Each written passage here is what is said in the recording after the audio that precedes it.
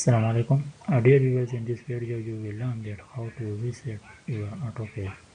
If you have lost some tools and you want to reset your AutoCAD, so it's a simple way that how to reset. So you can go to the options from here and click on the options, and or you can right click on the window on the workspace of the AutoCAD and click here on these options, or you can simply write in the command line as the option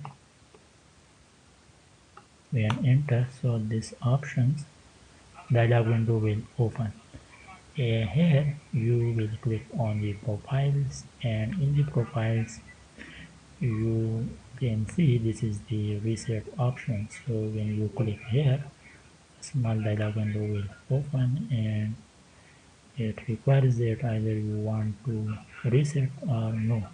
If you want to reset, we will click on yes, and then we'll click on the apply button, and after this we'll click on the OK.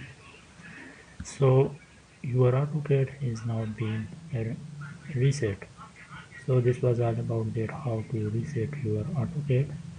So now if you have any question, you can ask in the comment section, and thank you for watching this video.